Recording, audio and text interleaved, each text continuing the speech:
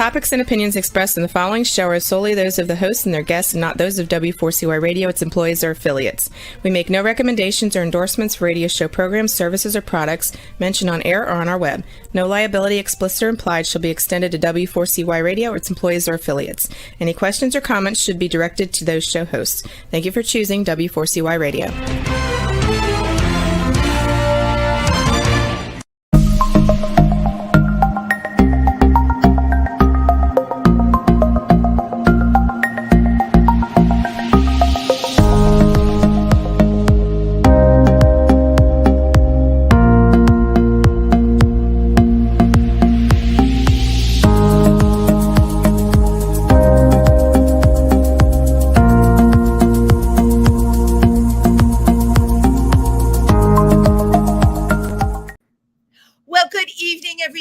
And welcome to Triversity Talk. I am very excited to have you here with me tonight.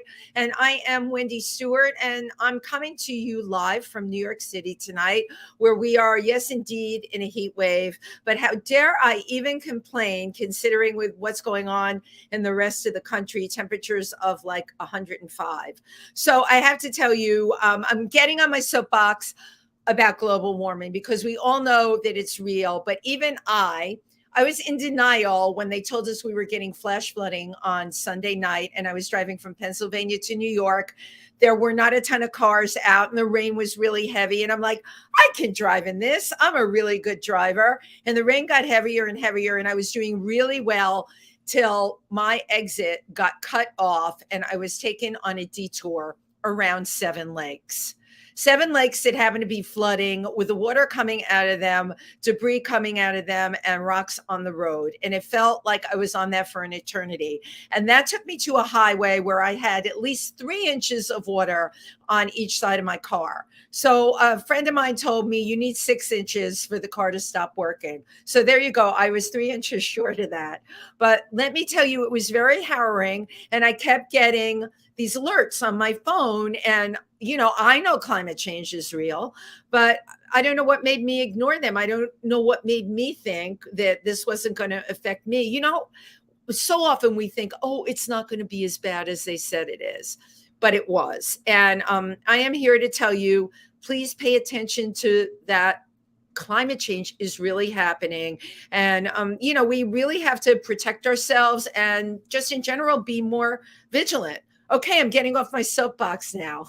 So I'm feeling very colorful tonight. And I'm feeling colorful tonight because I have a very, very colorful guest.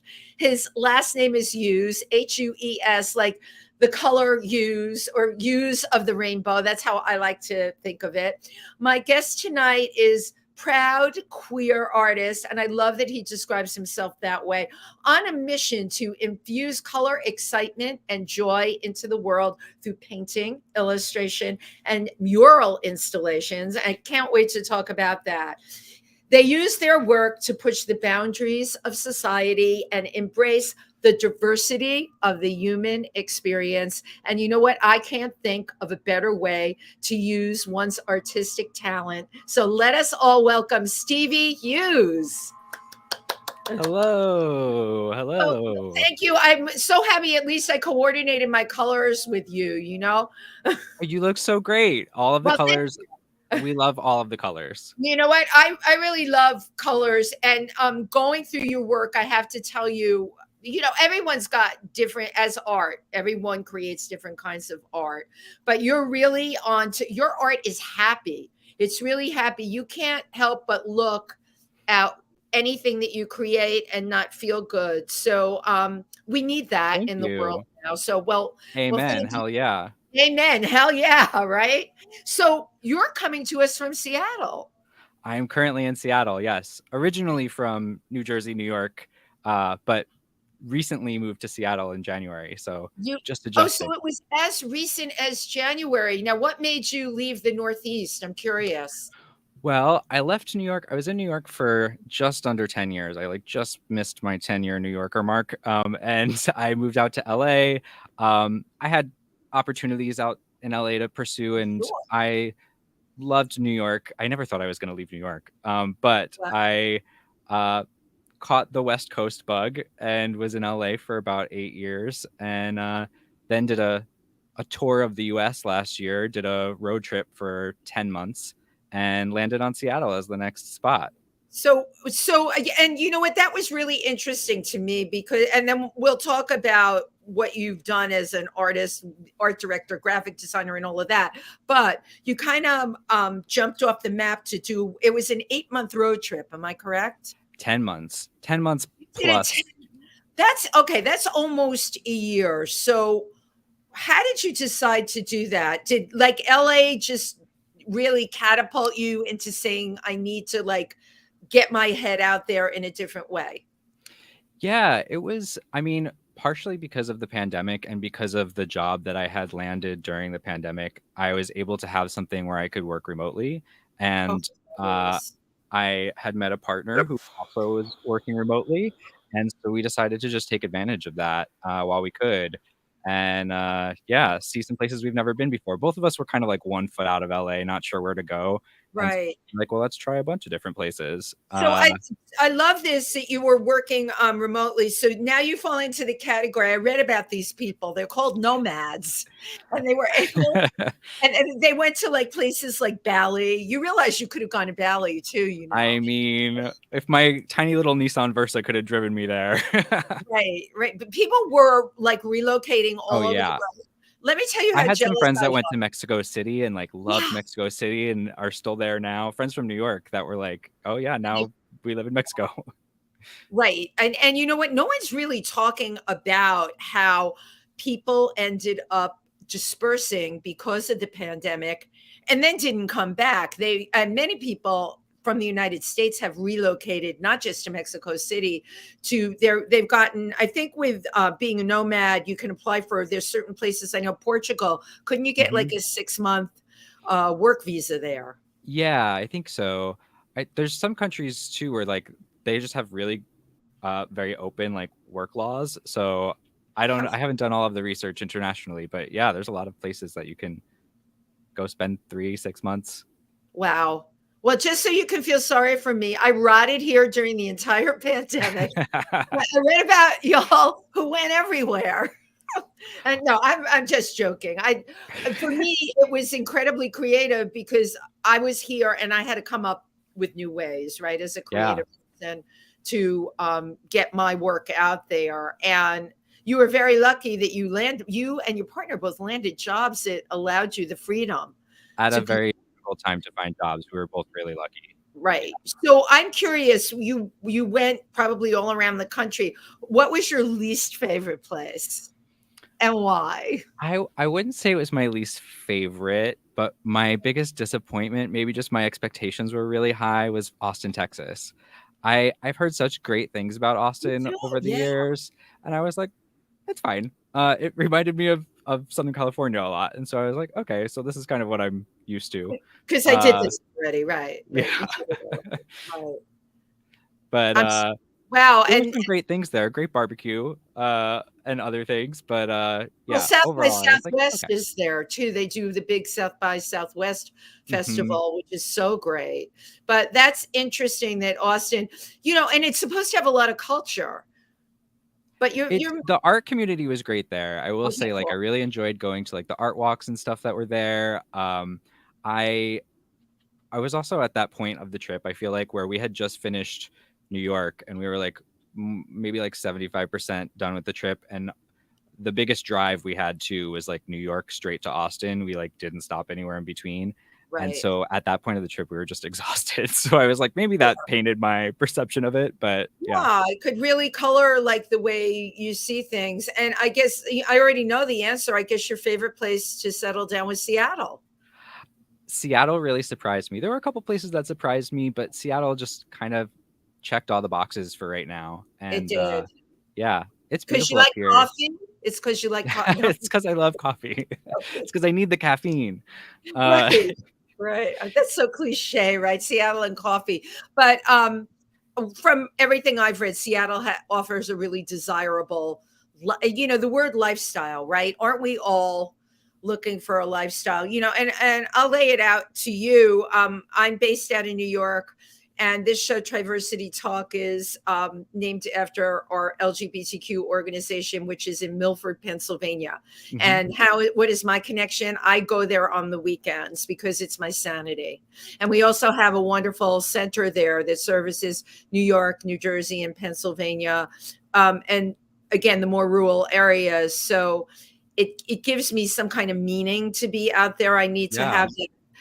But Pennsylvania is also so damn beautiful. And New York, and I'm sure you've heard this, the crime. I'm reading things from people. They write on these blogs, stop scaring people. The crime is lower than it's ever been. No, it is not. And stop lying about what is out there, you know. But to be able to go to a beautiful place, right? Seattle is known, lots of trees, and it Lots of rains a trees, lot, though. lots of water. Lots Yeah, of I mean, this time of year, it's really not raining so much, but it's the summer is just gorgeous here because it's beautifully like high 70s.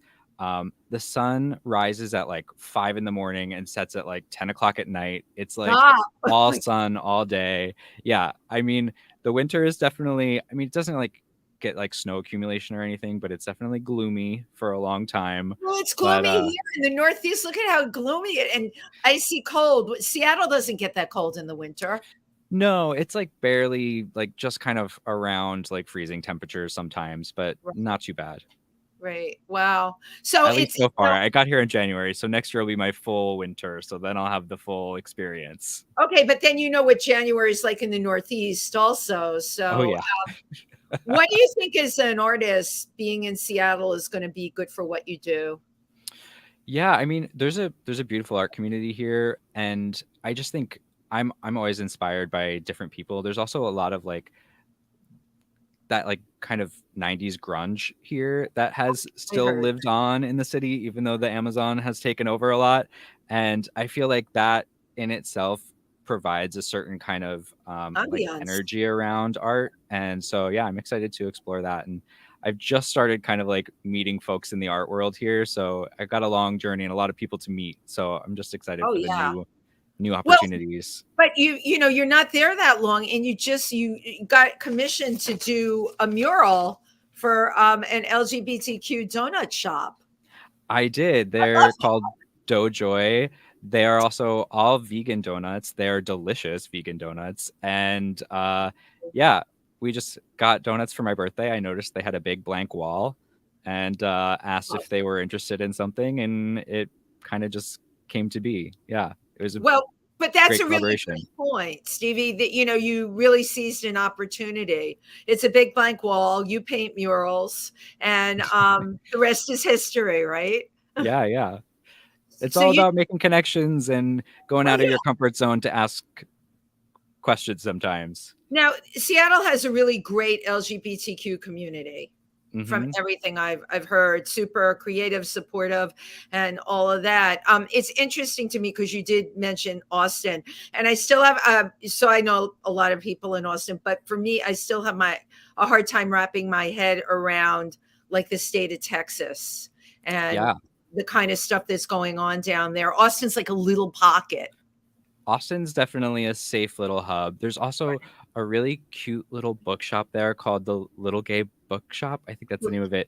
That The- is like holding down the fort for the queer community in that area. And they are like, they have a little like book section and they have all kinds of different t-shirts and stuff. But like in an area where you don't find a lot of like queer centric shops and stores and spaces, like they're this tiny little space that is like doing so much in their community. And so it was really great to meet them while I was there. That was like a highlight for sure. Oh, that's so cool. And, you know, also on this show, I had a nurse on that works for the hospital that does transgender procedures that is in, believe it or not, Austin. So you're Oh, right. really? Interesting. Yeah.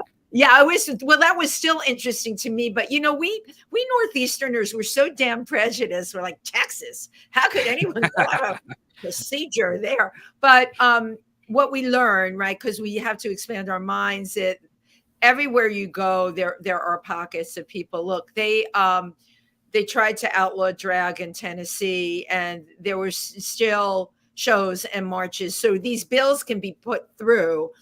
But the follow through on them, thank God, has been relatively tepid. Yeah. I don't know that it will stay that way. Who knows? None of us know what the next year is actually going to bring. So as an artist, like, how do you think? Because I love that you identify as a proud queer artist. How do you think queer art may differ from, I don't know, art for art's sake? I have a friend that was on here that runs the Dandy Queer art site on Oh Facebook. yeah, So you know I'm that for familiar. Patrick. I don't know Patrick specifically, but I'm familiar with Dandy. Okay, well, you should follow up because I put, when I was advertising you coming on, I put your picture and everything on his site and with a little Oh, blurb. cool. Yeah, to tune in. A lot of the art he deals with is erotic art, and Mm-hmm. I know other queer painters, they do very erotic art, but your art is it's so damn happy. It just, you look at it and It you can be smile. happy and erotic sometimes. Right. Happy, right. I love it when art is happy and erotic. That's what I should have called tonight.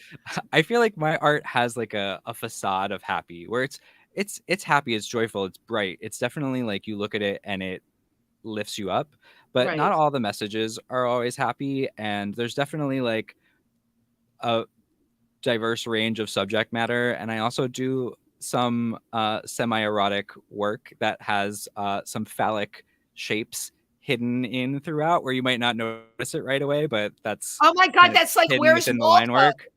That's honestly my entire childhood is Where's Waldo and like uh Highlights magazine where you could Yeah, like find the highlights. things like That's that's been great. like a huge influence on me and my work. I love like almost all of my pieces have something hidden in them, whether it's words or phrases or symbols or something.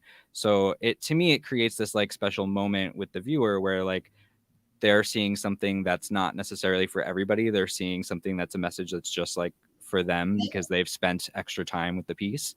And yeah, because I love that connection when you like find something and you feel that immediate connection. You feel like you're So the only person in the world, like if you can go back to Highlights magazine and Where's Waldo, when you find it, it's the satisfaction. Like you're the only yeah, person in the world that could do that. My God, I yeah. just I totally love that. Now, you drew as a kid, but when did you start to really expand your craft in the arts? Yeah, well, I drew since I could like pick up a crayon, but I feel like because of pressure to just make money and the old trope of starving Yeah. artist, I kind of put it aside to pursue motion graphic animation, and that's what my degree is in. You went to Uh, SVA, right? You went to the School of yep, Visual Arts. Yeah. yep. I went to SVA in their computer art program, Wow. and loved SVA. Had a great experience there. It's a great place. Um, and did that for a long time. I really did not pick up a paintbrush and start really painting what I would consider like for myself or to pursue like a career in art until 2016 ish. Well, so So that's very recent. What do you think was the turning point? Because computer art is fabulous, but it's one kind of thing. But the dimensional art that a person creates with a brush on a canvas is a totally different thing. How did that happen for you? I think it was just naturally wanting a release that wasn't digital. And I love digital art. I love digital work. I still do a lot of it all the time. But I don't want to live my life attached to a screen anymore. It's already takes up too much of my energy and effort and Oh, time. Stevie, I And hear you loud and clear.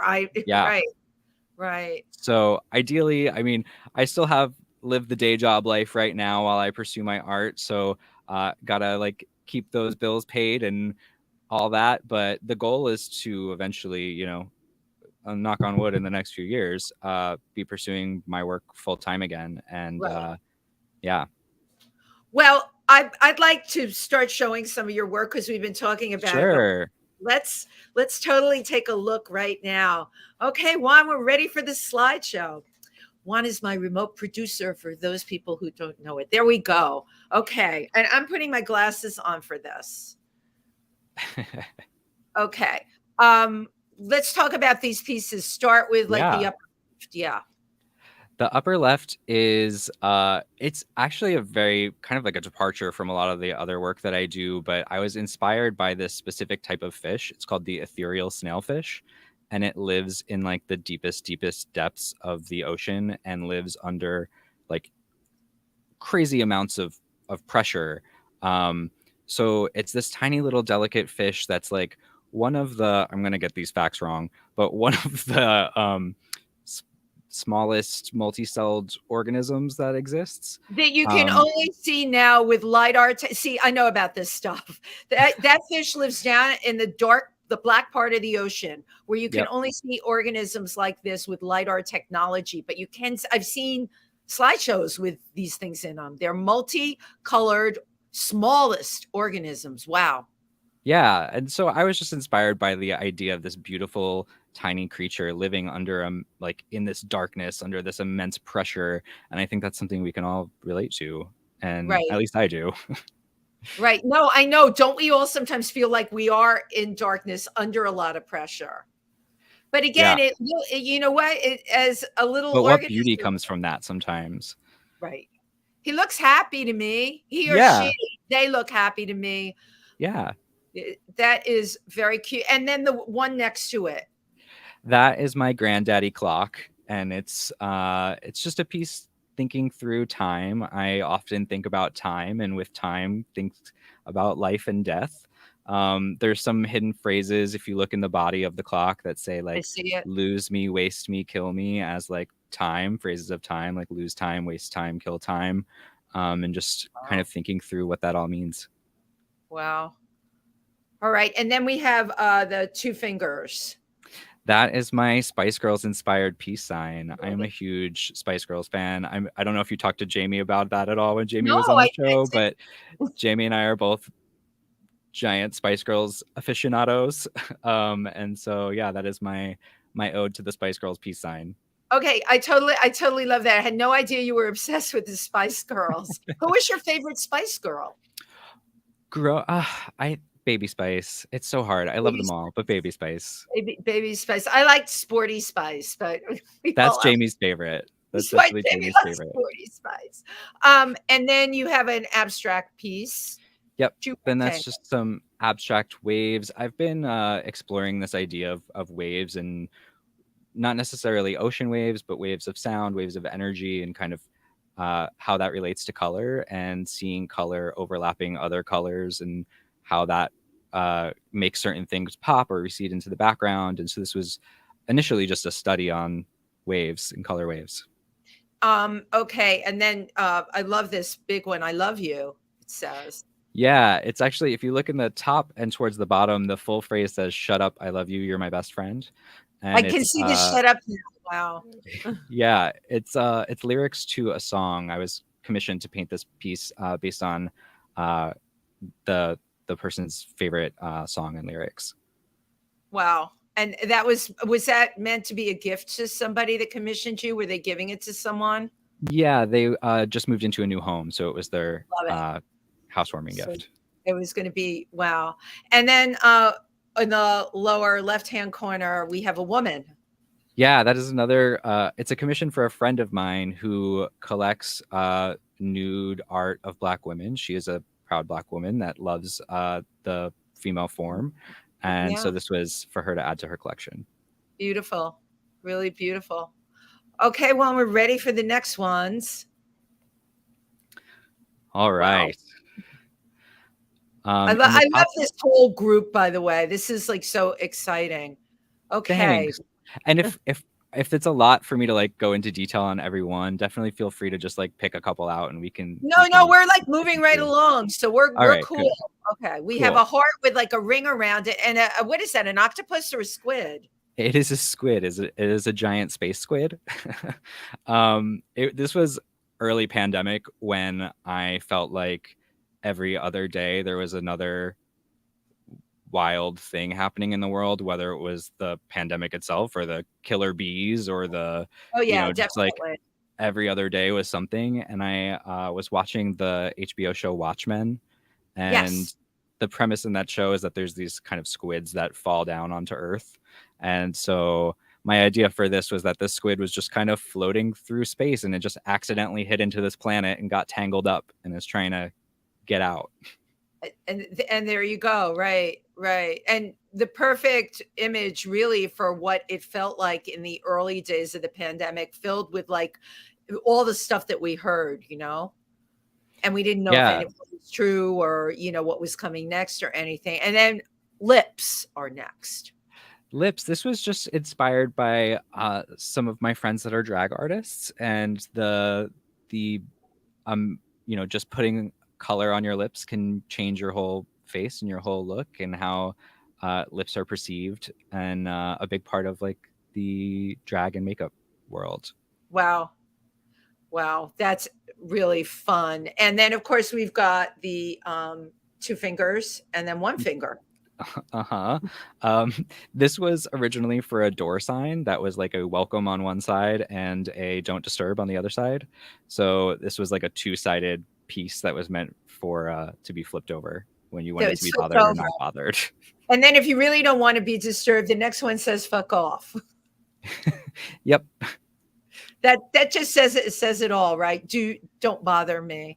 Okay. And then wow. How do you do you think of these sayings in your head like I am safe, it's only change? Is it something that you dwell on, or a thought that repeats itself in your head, or it's a thought that comes to you and then you put it into the painting? I mean, inspiration comes from me at all angles. I think this one in particular was a card that somebody gave me that had this phrase on it. I was going through a really awful breakup. I was with my ex for nearly 7 years, and I was going through a really, really hard time going through the breakup. And a friend sent me a card with this phrase on it, and it incredibly helped me in that moment. And so I wanted to kind of pay that forward through my art and pass that message along to other people that needed it. And that is actually, as a commercial piece, as a card, that would be something really great to send out to somebody. Yeah. I mean, it affected me so much. And so I hope that it affects others that see it. Oh, yeah. So do you have a dog? Is this your dog? This is not my dog. This is a memorial piece for someone's dog that had passed. And so they had sent me a couple photos of their dog, and along with there's all the different dogs' nicknames are kind of hidden throughout there. Sneakers, right? His name was Sneakers? His name was Sneakers, Sir Sneakers O'Toole. And yeah, he had lots of different nicknames that are hidden throughout the piece. Wow. And you know what I love? I love the movement of his body, and then the way the words move around him in the same direction. Yeah, I mean, movement is so important to me, and I feel like it's an influence that I got through my motion graphic work that has really transformed the way that I look at all art and my painting. Yeah, well, I can totally see your background, like in computer animation, coming through in your painting. How cool is that, right? Yeah, thank you. I'm a culmination of all of the things. Right. It's who you know what, at the end of the day, it's who you are. Put down your phone. Yeah, this is a message for me. This was definitely 1,000%. I'm working on it. It's something that I struggle with every day. But this was something that I needed in that moment. It was like, okay, I got a problem here, and so do so many people that are just, it's designed to pull our attention. So it's just a visual reminder to keep around that you need breaks every once in a while. Right. So put down your phone. I too am. I try when I'm out in hiking and things like that. I don't look at my phone. That's how I get rid of it. Because there's no reason to, right? When you're doing that kind of thing. But unfortunately, in our day-to-day lives, I tell people I have an umbilical cord to my phone, and I hate it. I hate to have to go hooked in. Right? Okay. And now, is the next message a message to you to follow through? It wasn't. It was to a friend. It's actually follow truth, but also follow through. So it started as like it was a friend made a big move that was hard for her to make, and this was my way to honor how hard that was for her, but to Right. also that she was following her truth, and that is what matters at the end of the day. Exactly, to follow your own truth. Okay, Juan, we are ready for the next group. I love looking at these. Yeah, these are such great messages. Some are positive, some are just truths, right? But Hmm. I love this. I can change the world. Yeah, this was at a YMCA in Hillsborough, New Jersey, and it was just for their kind of youth center. And yeah, this was the message I wanted as a place for people to take photos in front of, that they can be reminded how Perfect. powerful they are. Right. Right. So you really, through your art, you empower people. And that's a very important concept. Um, because I feel we're going more and more into like a financially driven world, an academically driven world. And if we don't get out there and start pushing art, okay, we're going to lose the essence of these kinds of things, the positivity of being able to change the world. People look at Yeah. something like this and look at the two characters there. They're adorable, and they're like, they're your perception of a character, but they're people. They're just regular people. They can change the world. That's a very, very powerful message. So the one here that says yes, tell me about that.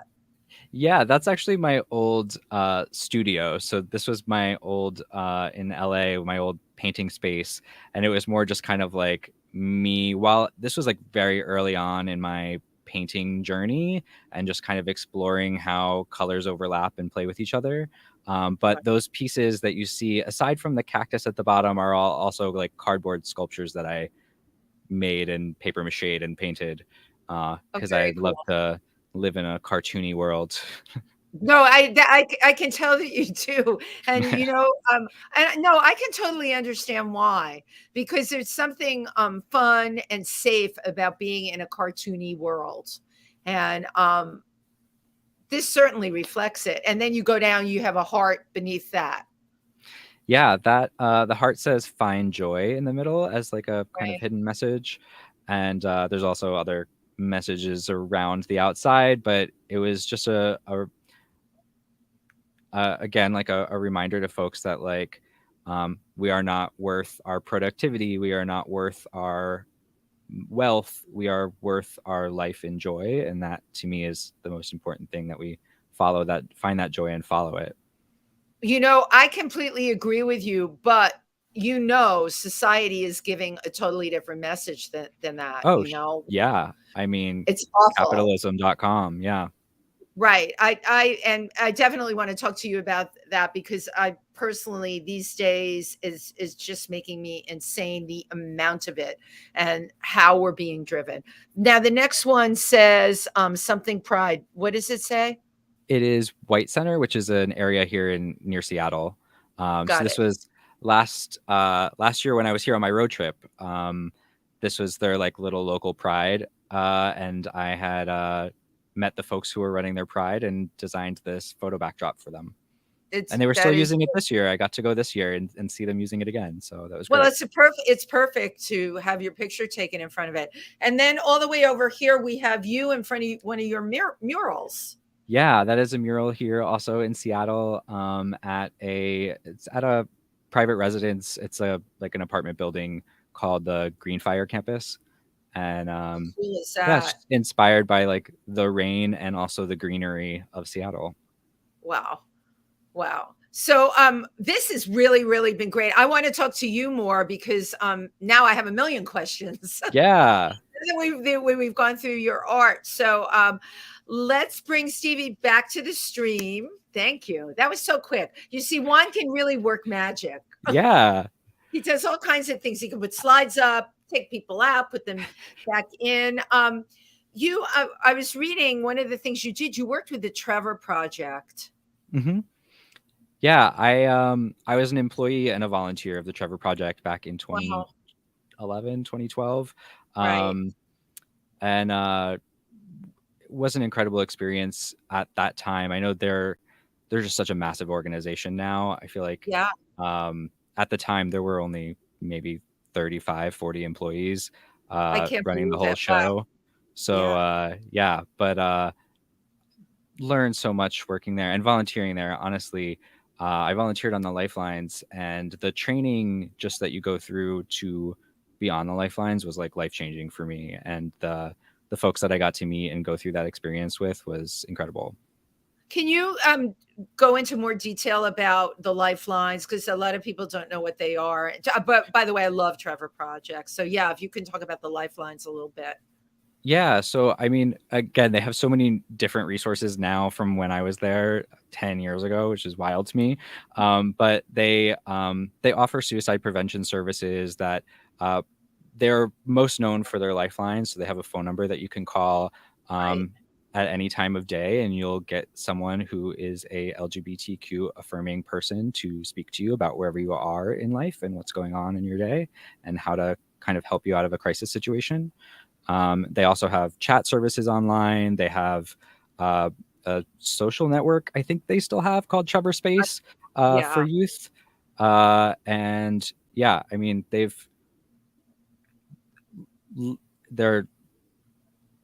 their volunteers are just the best people in the world. I can't speak Oh, for all of the I staff, keep especially now, but what the kind of volunteers are, incredible. yeah. What kind of training did you have to go through to work on the lifelines? Because suicide prevention is tough. And like, what was probably one of the worst things that happened to you when you were on there? And how do you talk to somebody? I mean, to me, the scariest situations are when somebody's like in a car or in a vehicle and they're moving. And so you're trying to talk them into just pulling over, right? And starting the conversation there. Um, So you have those to get the car to stop moving. That's number one. you try to. I mean, there's people are in all kinds of different crisis situations. So it's just like when somebody's like actively moving or something, it's definitely more of a challenge to kind of just bring down the energy a bit. And I think what we're there to do primarily, obviously, is talk to folks about what their options are in how to uh, best move forward in their life, but also just be an ear and be an LGBTQ affirming person and just let them know Right. that they're not alone. I think one of the biggest, obviously, suicide is a very complicated thing, and Of there course. are lots and lots of factors that go into somebody's decision making. But that idea of feeling really alone and isolated is one of the biggest problems we face as human beings. And so Absolutely. to let somebody know that you're there and that you hear them and you understand them and you believe them about who they are and what they're experiencing is like that alone can be a big change. Well, yeah, of course, because it takes away that isolation because there's somebody on the other end finally listening. And I think it's helpful that you're a stranger. You don't know this person. So I would tend to think that there may be more trust, right? Because you're coming at them from a completely neutral kind of Yeah. platform. Yeah. There's It's no that's agenda. It's just being there for people to right. be an ear. Yeah, I think what I would like to see, and I honed in on this for a particular reason. What I would like to see is billboards all over now. I think there's something like 600 bills that have been proposed that are anti-LGBTQ. And Hmm. we know what's going on in places in this country every day. I just most recently read another thing about this was in Russia, okay, but they want to get rid of people being able to get their hormones. Yep. Um, this is so horrific. And here, and I can only speak about the United States because I live here, but I would like to see more help billboards. We came out of this pandemic and we're not totally out of it yet. Politically, what's going on in this country is absolutely insane. And there's not a day that goes by where you don't read more crazy things. But I don't see billboards up all over. Hey, do you need a voice to talk to? And I think that that is really lacking because sometimes it gets so complicated for people. All it would take is that 1-800 number that actually connects to someone, where you're not put Yeah. on hold, where you're not given music. All right, where you're made to feel like you have Yeah. some kind of self-worth. And I don't see that happening at all, Stevie. Yeah, I mean, the hardest part is getting folks to know that it exists, right? Just Thank getting you. folks to know that the number exists. And Right. I know that they do a lot of marketing online, a lot of youth are online, and that's where they Yes. find them through. But I agree. I feel like there should be more physical manifestations of that, Yeah, because because not but online, right? It goes back to your art, you know. If it's hanging on a wall or the mural in the donut shop, every single person that comes in there is going to see that. Yeah, they could pull up the donut shop's website and maybe there's a picture of it on there, but they walk in, they get their donuts, the mural is there, it's right in their face. I really believe, in terms of what's going on in our society right now, we need more information for people that's out there and in their face. And you're yeah, right, youth are on their computer, but you know what? They're also but not walking. all of them. Yeah. Yeah. Yeah. They're also walking around, and people are hurting. Especially youth that are living in a really restrictive environment. Like, Exactly. they're not necessarily having access to online where they can find community or find people that believe in who they are. And so, yeah, I mean, all the more reason to have more physical manifestations of it. I would put billboards on all of the billboards, uh, Right. everywhere, all at once. Yeah, I totally agree. That is something to me that is totally and completely needed. So you sound to me like you came through the pandemic just fine. I have another show. I always interview people, I, especially artists, like, what was the pandemic? No, because you know what, you were employed and you were able to go to different places and then settle in your happy place. So you, at least you came out. the start wasn't so easy. Right. I had quit my last job in January of 2020 Ooh. to pursue painting full time and muraling, and so I was like getting all my ducks in a row. I had my website was done, my this was Yep. done, and I You have your started future planned. doing all my meetings. I booked like 2 murals that were supposed to happen end of March and early April, and then canceled. The one Yeah. shop even ended up closing down right away because they were brand new. And so then I kind of like was crawling back to all my freelance clients from back in the day, being like, hey, still need me? Right.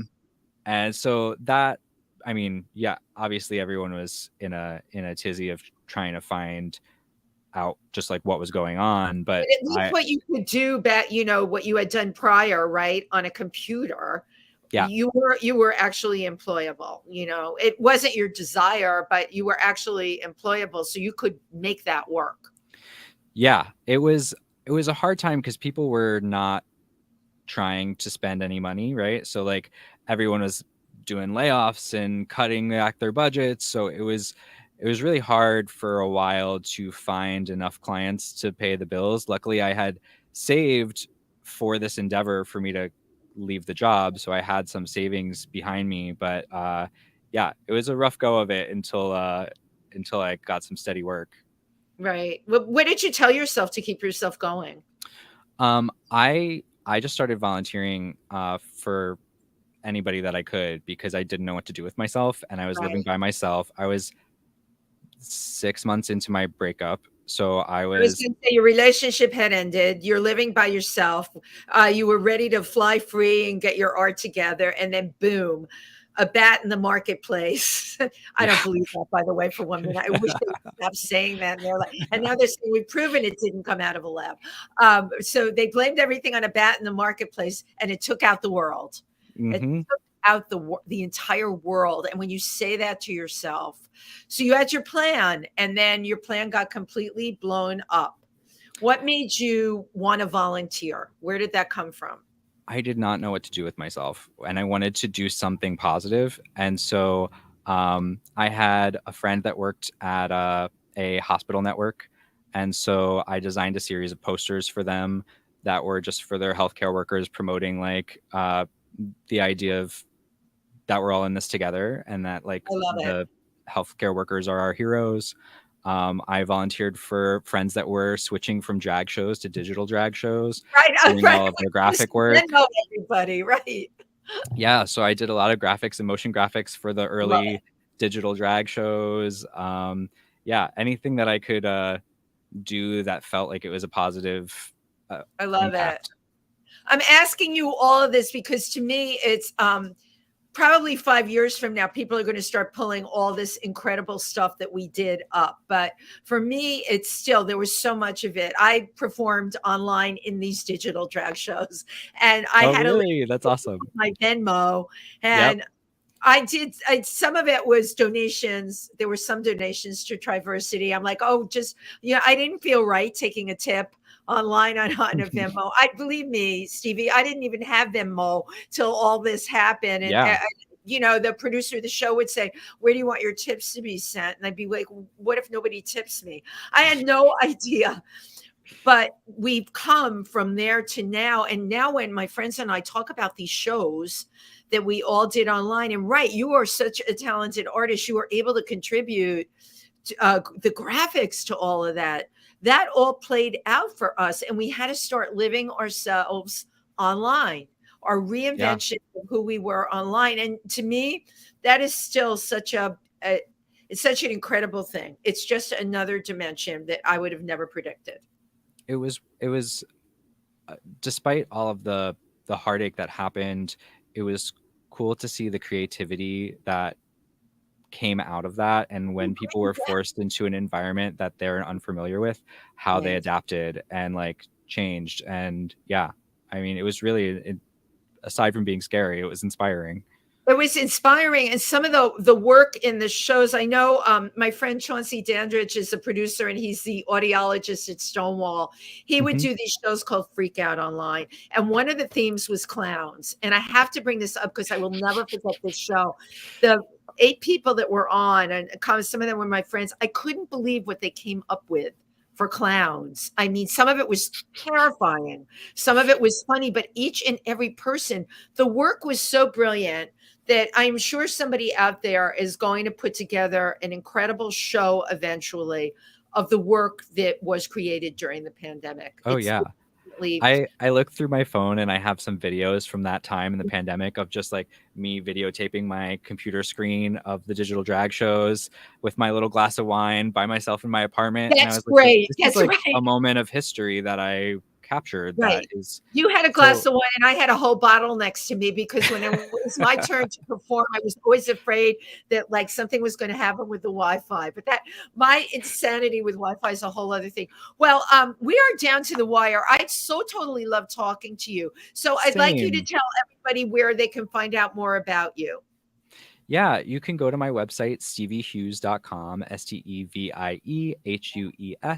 I will be launching a shop in the next month. So you could buy printed canvases, you could buy this sweatshirt or t-shirts or all kinds of things with my artwork on them.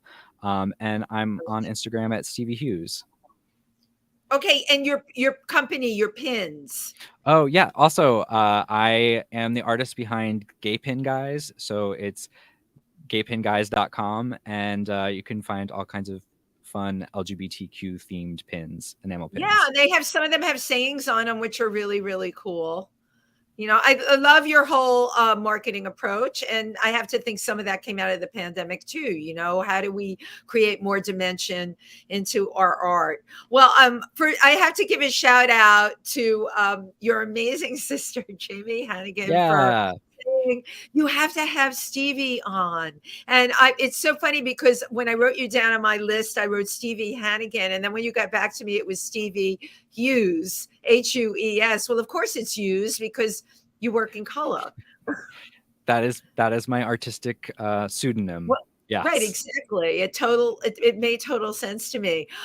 Thank you so much for being here tonight. Wishing you the best. I'm sure you have a bunch of projects lined up. And too many. Oh, you know what? I love hearing that, Stevie. That's abundance, and you've created your own abundance. So thank you for giving such great messages to our audience tonight. And thank you to everybody who tuned in. And I do one more thing before I sign off. I like to take my little on-camera cheese picture. This is my art collection of my shows, and you know, they're so hokey. I take them on the computer the same way you videotaped yourself on the computer. I'm going to do something with it. I don't know what, but I'll do something. Right? Well, thank you so much for having me. I had a great time. Absolutely. And thank you everybody for tuning in. Good night.